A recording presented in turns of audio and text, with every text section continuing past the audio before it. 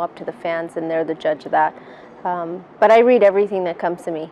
Every single email I read of synopsises, scripts, all of it, because you never know when you're going to read something that interests you. 90% of the scripts that come to me, for some reason it doesn't work out, or I'm not interested in the subject, or whatever it is. But I do read everything. My husband and I have a very balanced way on how we handle each film, which is I deal with the creatives, he deals with the business. So I read everything. It's very important that I'm part of the creative process. If I don't like a certain scene, or I don't like certain little things of a story, then I work with the director or the writer and say, is there any way we could change some of this, because I'm not comfortable with it. And if I'm not comfortable with something, I don't sign the film, because I don't want to take somebody's money and have them work so hard on a subject, then get to set and say, no, I don't want to do this. That was never my plan to begin with. So what is the first thing that excites you? Is it the script or your role, or? The script does. I have to love the story. There's been a few scripts that have come to me where it's a different type of subject, it's a different type of role. Like, this is a different type of role.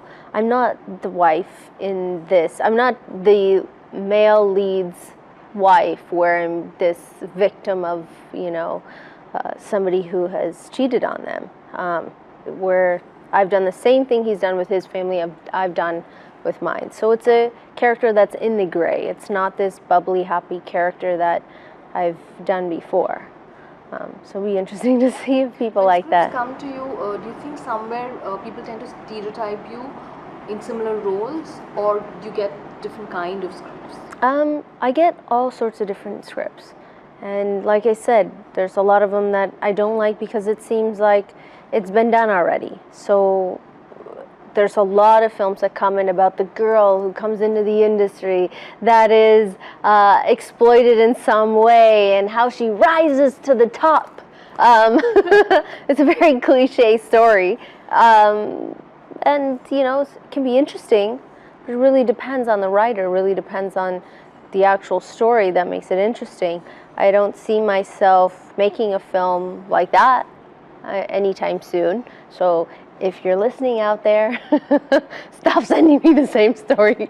And then there's stories that are really different. So it all ranges, from very conservative to not so conservative, to horror, to adventure, to thrillers, all of it. So each movie has an element of glamour, but it really just depends. This particular movie has its moments, but it's not focused on that.